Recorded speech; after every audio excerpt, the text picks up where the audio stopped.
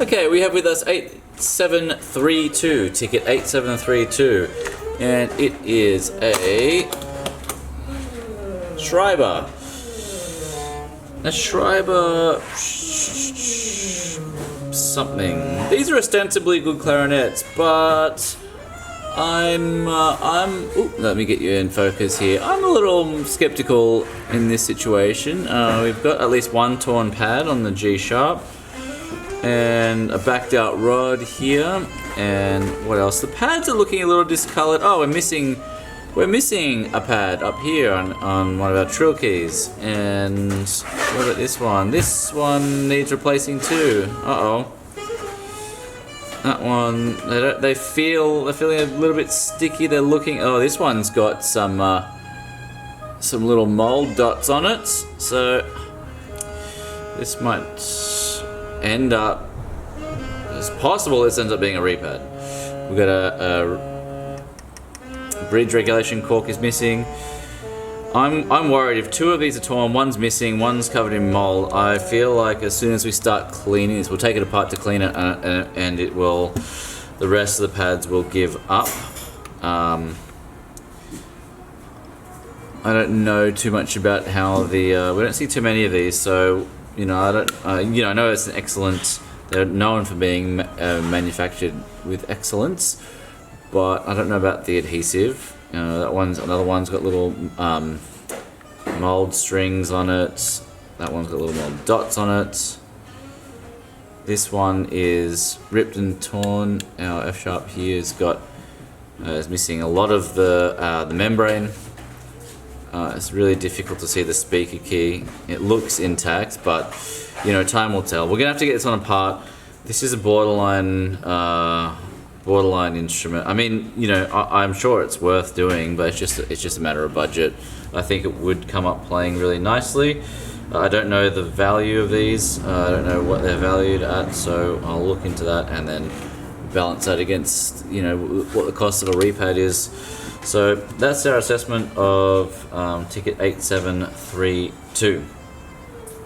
Okay, back with 8732. We're going to go ahead and strip apart our top and bottom joint and to get a better angle on the pads to assess them, and then we'll replace what needs replacing, and we'll go from there. I think we can do this in a fairly efficient manner, so hopefully it doesn't blow out from a service too much.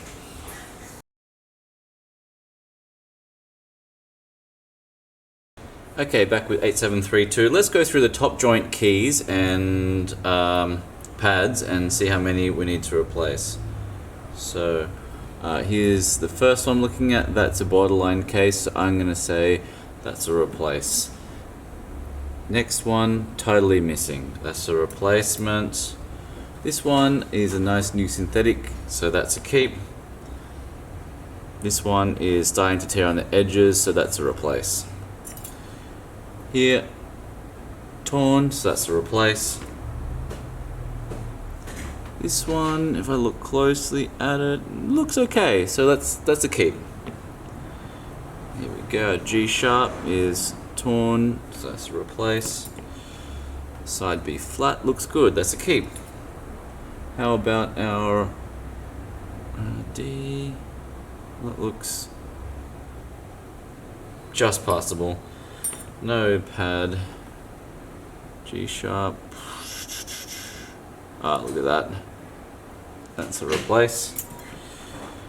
And this Alt B flat, that's a keep. So we've got 1, 2, 3, 4, 5, 6 replaces. 1, 2, 3, 4, 5 keeps. That's our top joint. Okay.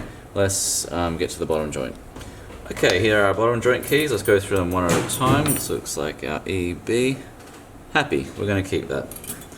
Our speaker key. Oh, get you in focus. Very happy, we'll keep that. C sharp. Happy, we're going to keep that. Get some good exposure and focus. We're happy with that. Oh, look at this. We're on here for the bottom joint. That's good. And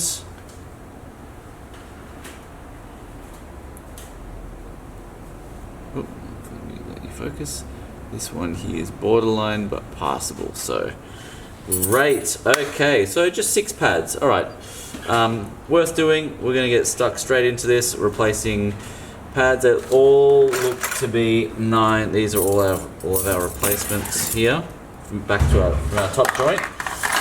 These look like they are all 9 mils. So let's get them changed out and get our body cleaned and reassembled. Okay, we're back with our cleaned body. There's the top joint, nice and clean. Here's the bottom joint, nice and clean here. We've also installed the new pads of our 6 keys from the top joint that needed replacing. There it is there. And so we'll start reassembling, and then we'll get to our regulation sorted out with or before the play test.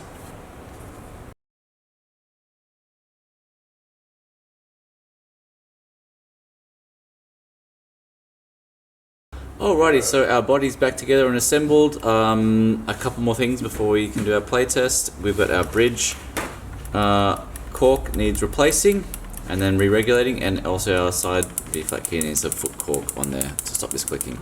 So we'll get those 2 corks put on, then we'll come back with a play test. Okay, and here it is, 8732, our Shriver 6009S is the model.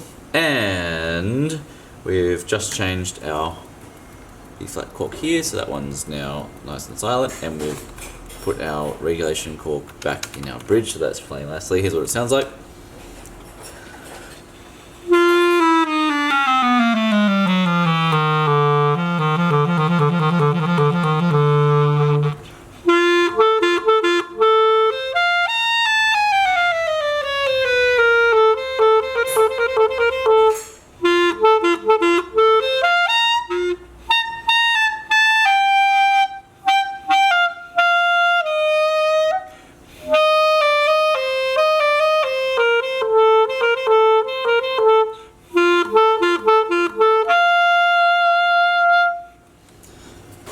So we've also adjusted a couple of the ring heights here. So we raised our F ring height and also our A ring height here.